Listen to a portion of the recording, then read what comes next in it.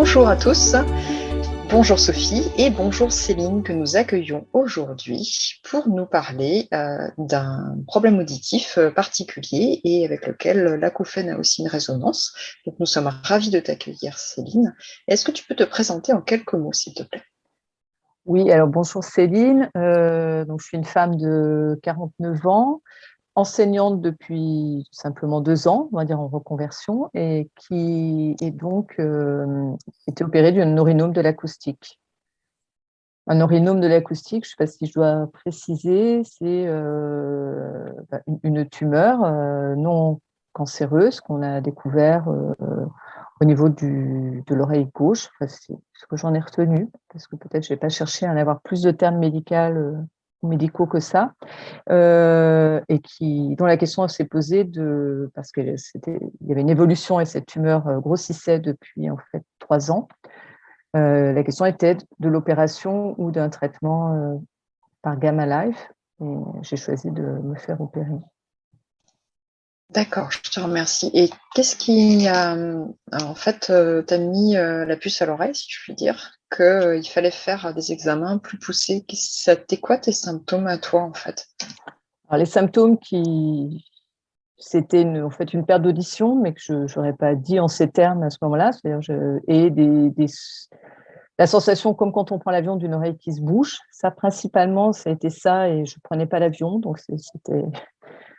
et puis donc on désigne par acouphène, mais que je connaissais pas, donc pareil, que je ne savais pas nommer.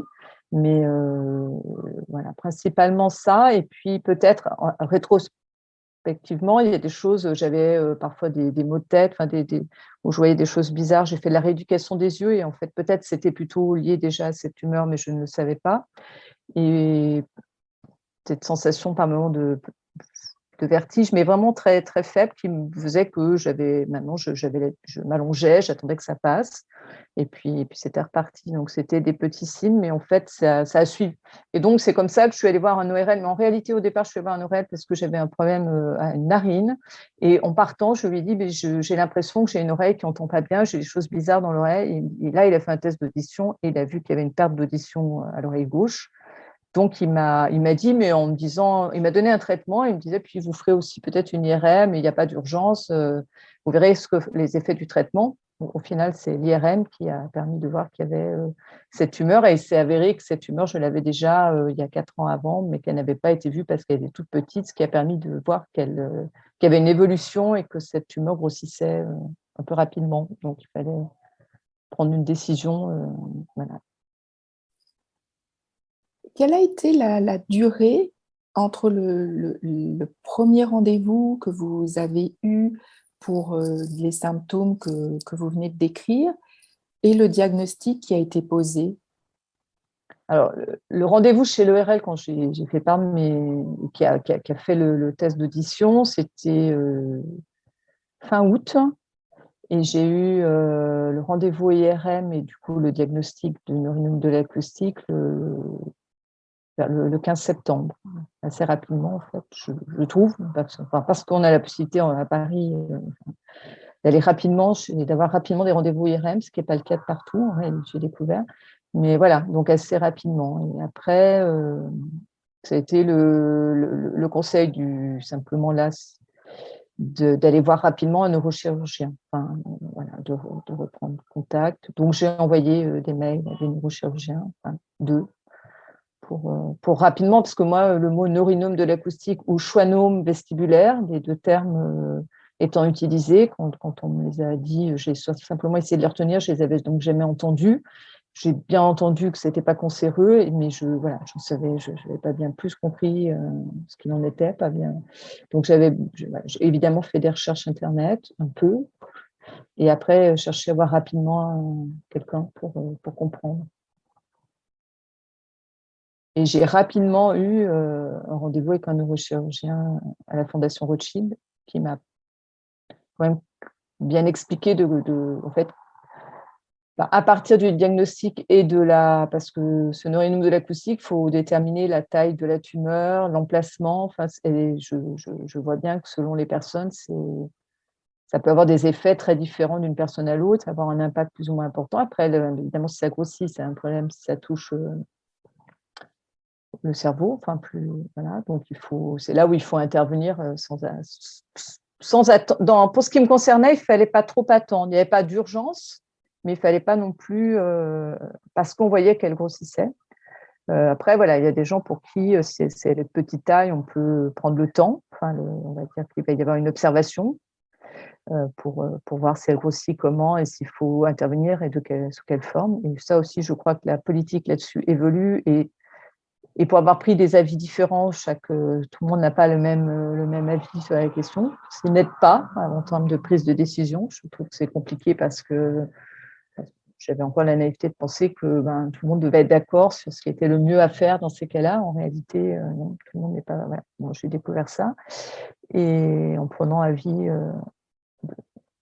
voilà, j'ai consulté 2 neurochirurgiens pour avoir 2 avis, qui d'ailleurs, au fond, étaient les mêmes, sauf qu'à un moment donné, sont apparus la possibilité de faire des gamma knives. Et je croyais que c'était une possibilité non envisageable jusqu'à ce que le spécialiste sur Paris, docteur Valérie, me dise que c'était possible, mais voilà, je n'ai pas fait ce choix-là finalement. Est-ce le meilleur choix ou pas? Ça, je ne sais pas. Enfin, mais c'est le choix que j'ai fait en tout cas. Merci Céline de nous éclairer sur ce parcours et d'ailleurs au moment où tu t'es interrogée pour savoir finalement le meilleur chemin pour toi, tu t'es tournée aussi vers des associations de patients, vers des groupes aussi de patients, je crois. Oui, alors dans un premier temps, c'était surtout France Acouphènes, mais peut-être, comment dire, j'ai l'impression que j'ai finalement plus lu et mieux chercher à comprendre, même après l'opération. J'ai cherché avant, mais avant, j'allais un peu, je crois, on est un peu sous le choc de l'information. J'ai eu le Covid juste avant tout ça, ce qui m'a fragilisée un petit peu par rapport au médical, enfin, à la question, et à une fatigue physique. Et donc, j'avais voilà, malgré ce que j'ai pu lire de France Acouphènes, peut-être qu'aujourd'hui, je le lirais encore différemment. Enfin, après l'opération, je l'ai lu encore différemment.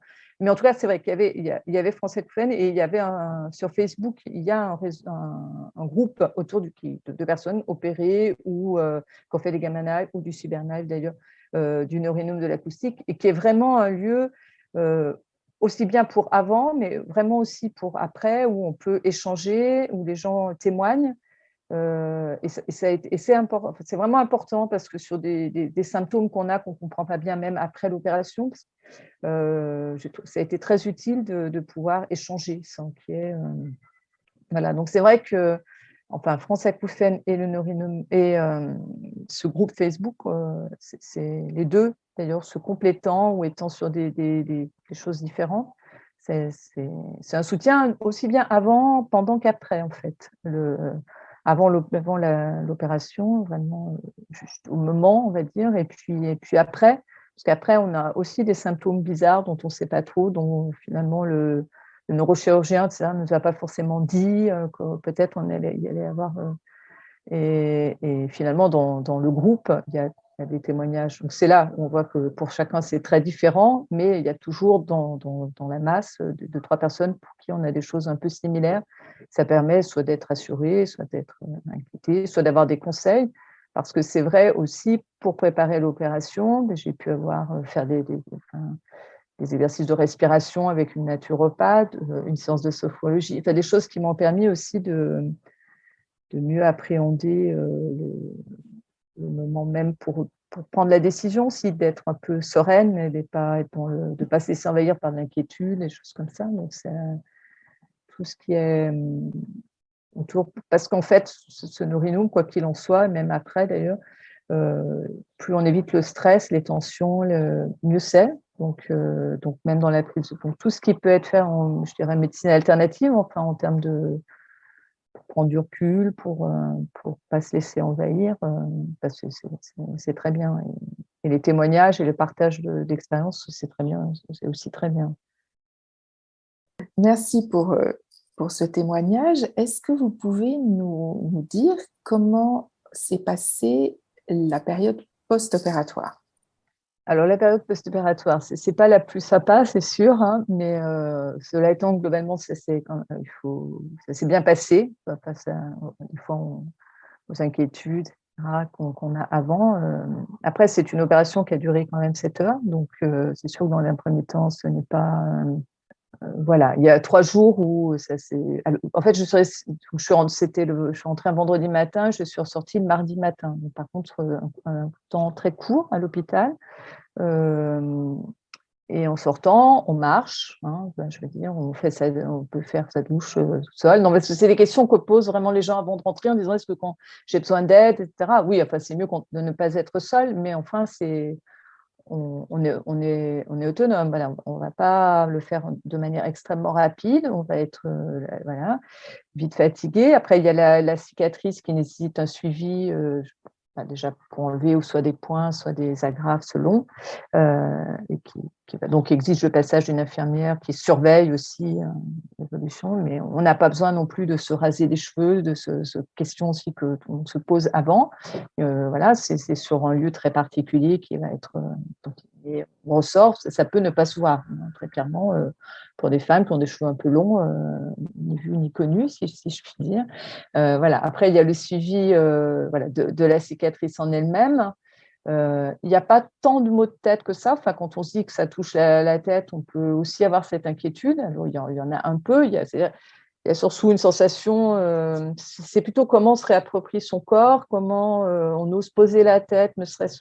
Moi, finalement, ce que je n'avais pas anticipé, c'est simplement, je pensais, je rentre chez moi, je vais pouvoir mieux dormir, il n'y aura plus personne qui va venir dans la nuit pour voir, voilà. Et en fait, la position de la tête, comment je la pose, si je n'osais pas encore me tourner, etc. Donc voilà, ça fait qu'on ne dort pas si bien alors qu'on a besoin de récupérer et de dormir, mais bon, c'est peut-être juste l'effet d'une semaine et après, à partir du moment où on dort mieux, c'est vrai qu'on récupère aussi mieux. Et voilà, il n'y a pas eu tant de maux de tête. De toute façon, on nous donne ou de l'iprane ou des cachets un peu plus forts, dont je ne me souviens pas le nom parce que très vite, j'en ai pris qu'une fois. Et en fait, les effets secondaires étant tellement négatifs que je préférais ne pas en prendre. Mais cela étant, il y a vraiment peu besoin de médicaments finalement. Après, moi, ce qui a été la complication de l'après, ça a été un début de paralysie faciale qui était l'inquiétude quand même du neurochirurgien et la mienne d'ailleurs avant l'opération, parce que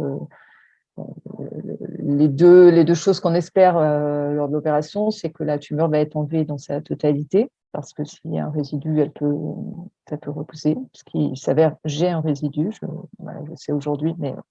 Et la deuxième chose, c'est que ça touche le nerf facial et qu'il y a une paralysie faciale.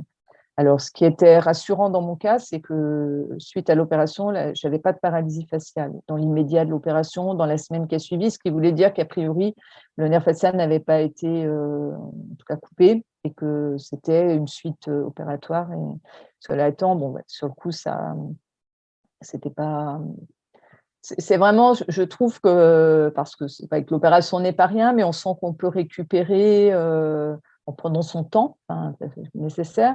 Mais la paralysie faciale fait aussi qui dit paralysie faciale, ça veut dire que la vue, l'œil ne peut pas se fermer correctement, enfin, et que ça gêne la vue, et que pour marcher, ça devient compliqué. Pour marcher, donc tout ce qui peut aider à récupérer, puisqu'il s'agit de se mettre debout, de marcher, pour retrouver aussi l'équilibre. Parce que c'est vrai que je n'ai pas… C'est marrant, parce que j'ai presque oublié un peu qu'il y avait la question de se retrouver un certain équilibre, même si…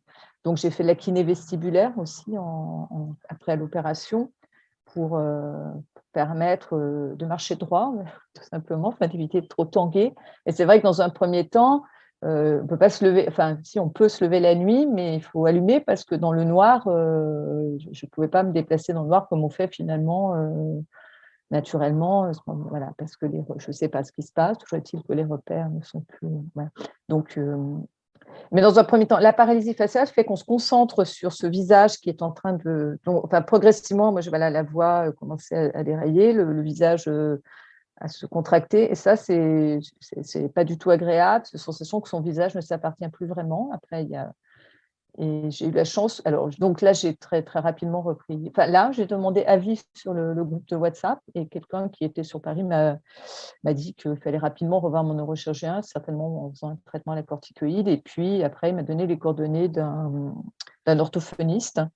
Et donc effectivement j'ai revu mon neurochirurgien qui m'a donné un traitement de cheval, enfin non assez fort, c'est vrai, de corticoïde, et je suis allée voir un orthophoniste pour faire des exercices en fait, surtout qu'au début, je faisais exactement ce qu'il ne faut pas faire, c'est-à-dire des grands mouvements de bouche pour forcer sur. Alors, c'est dans le minimalisme parce que ça se paralyse vite, mais après, pour récupérer, pour que ça revienne, finalement, ça nécessite du temps.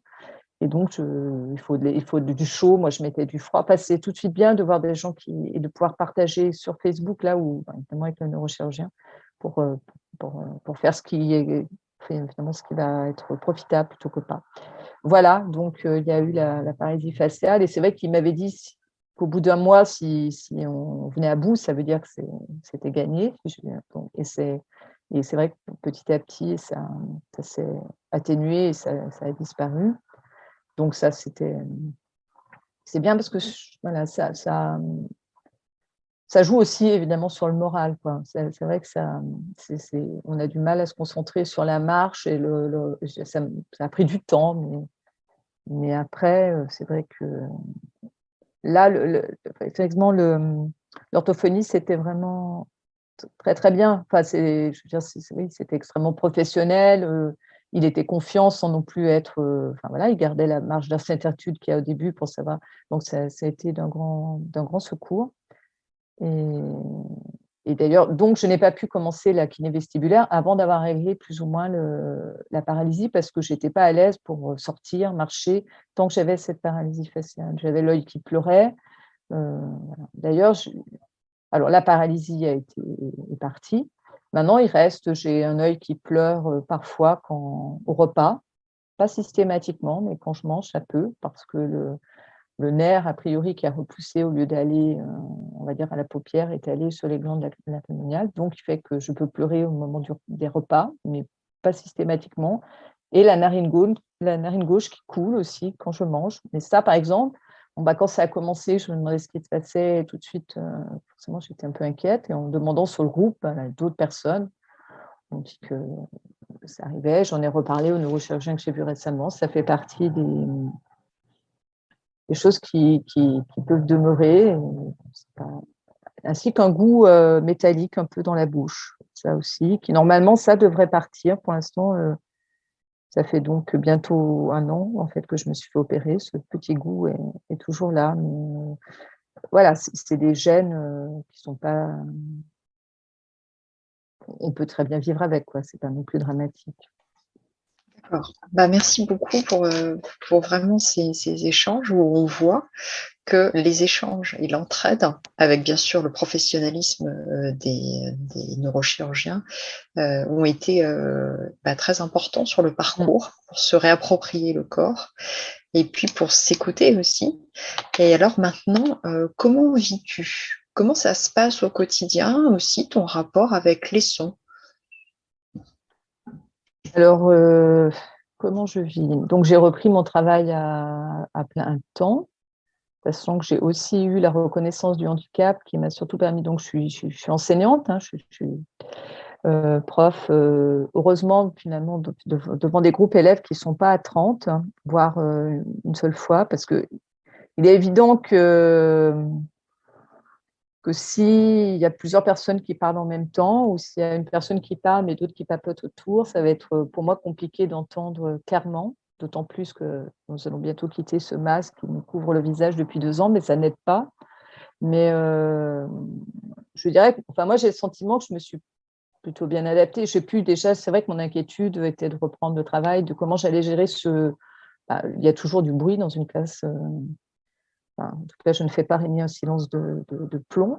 Donc, je trouve que ça se passe plutôt bien. Après, les classes que j'ai, je les ai informées du fait que je ne faisais pas exprès de les faire répéter, mais j'entendais pas bien, pas toujours. En tout cas, si elles parlent doucement derrière moi, je n'entends pas. Mais ça va. Du coup, après, voilà, peut-être le moment, c'est le plus gênant, c'est dans des espaces où il y a du monde, où il y a un restaurant, quand il y a les conversations à droite, à gauche. En fait, ça, c'est un bruit qui me gêne, dans du brouhaha, pour les transports en commun. Mais si je n'ai pas à communiquer, ce n'est pas très gênant. Si je dois, voilà, c'est pour aussi être dans le…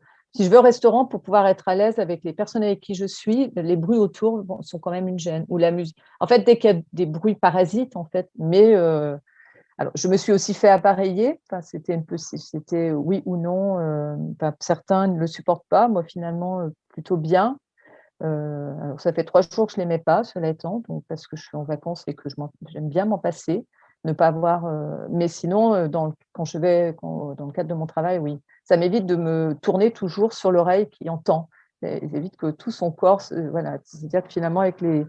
Donc, l'appareillage, c'est juste un appareil à gauche qui va prendre les bruits, enfin les sons, pour les amener à l'oreille droite. L'oreille gauche, on n'entend plus rien, mais il s'agit d'amener de pouvoir que l'oreille droite entende tout ce qui se passe à droite, à gauche.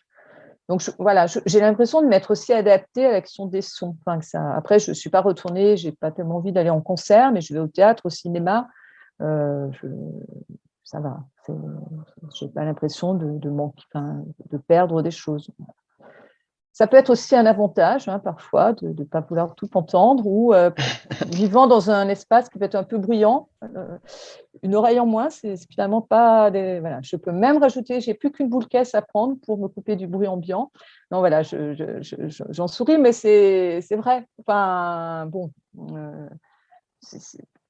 Non, je crois pas ça. Pour le coup, le neurochirurgien, dès le départ, il arrive, semble-t-il, que dans l'opération, des gens gardent leur audition, que ce soit…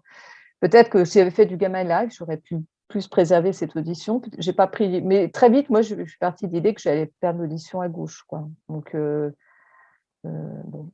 Maintenant, évidemment, après l'inquiétude, du coup, j'ai accepté assez facilement cette idée. Je m'en étonne presque parce qu'au fond, c'est pas rien finalement de prendre. Parce que maintenant, il me reste une oreille, je voudrais pas la perdre, quoi, c'est sûr.